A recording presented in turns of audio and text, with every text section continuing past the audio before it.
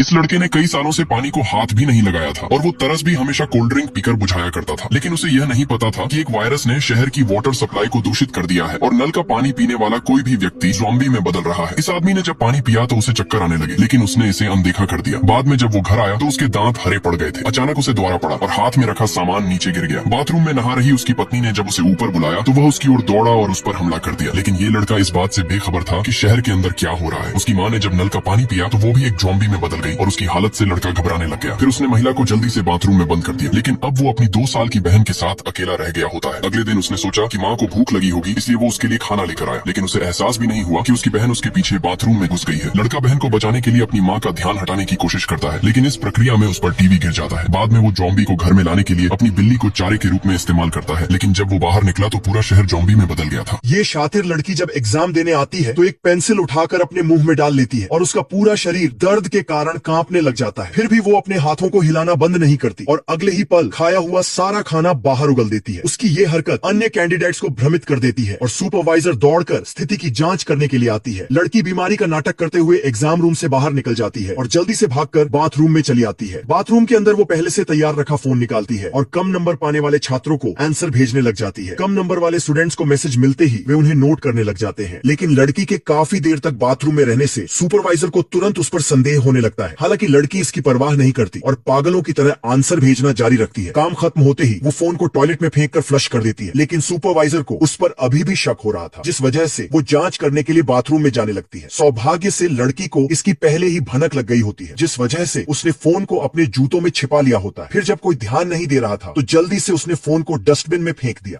भविष्य की इस दुनिया में सामान्य लोग एक दुर्लभ प्रजाति बनकर रह गए होते हैं, क्योंकि 16 साल होते ही सभी युवाओं को सर्जरी के माध्यम से छपरी बना दिया जाता है। प्लास्टिक सर्जरी के माध्यम से व्यक्तिगत भेदभाव को खत्म कर दिया जाता है ताकि हर कोई व्यक्ति एक छपरी पुरुष या छपरी महिला बन सके। 15 साल की एमी को छपरी बनने का भूत सवार होता है, जिस वजह से वो सिस्टम के सामने अपने छपरी रूप की कल्पना किया करती थी। अचानक उसे अपने बॉयफ्रेंड का एक टेक्स्ट मैसेज आता है, जिसके अंदर उसे पुरानी जगह पर मिलने को कहा गया होता है। एमी जाकर एक बिल्डिंग पर चढ़ जाती है, जिसकी छत पर उन्होंने अपना सीक्रेट बेस बना रखा था। बाद में उन्होंने एक एडवांस टेक्नोलॉजी वाला चश्मा पहन लिया, जिससे कि वे दूर से ही छपरी शहर का नजारा देख सके। शहर के अंदर केवल छपरी पुरुष और छपरी महिलाएं ही रह सकती हैं, जिन्होंने सफलतापूर्वक सर्जरी करवाई हो। एमी यह सोचकर उदास होने लगती है कि उसका बॉयफ्रेंड कल प्लास्टिक सर्जरी करवाकर शहर चला जाएगा। लेकिन लड़के ने उससे कहा कि चाहे वो कितना भी छपरी हो जाए, वो उसे मिलने जरूर वापस आएगा। दोनों ने अपनी हथेलियां फैलाई, जिन पर उनके प्यार को दर्शाने वाले निशान बने हुए थे, जो कि अब प्लास्टिक सर्जरी के बाद हमेशा के लिए मीठा दिए जाएंगे। ऑपरेशन पूरा 1 महीना चलने वाला था और एमी के पास केवल इंतजार करने और एक उबाऊ जीवन जीने के अलावा कोई ऑप्शन नहीं था। लेकिन अजीब बात यह होती है कि उसका बॉयफ्रेंड ऑपरेटिंग रूम में जाने के बाद से कोई मैसेज ही नहीं भेज रहा था।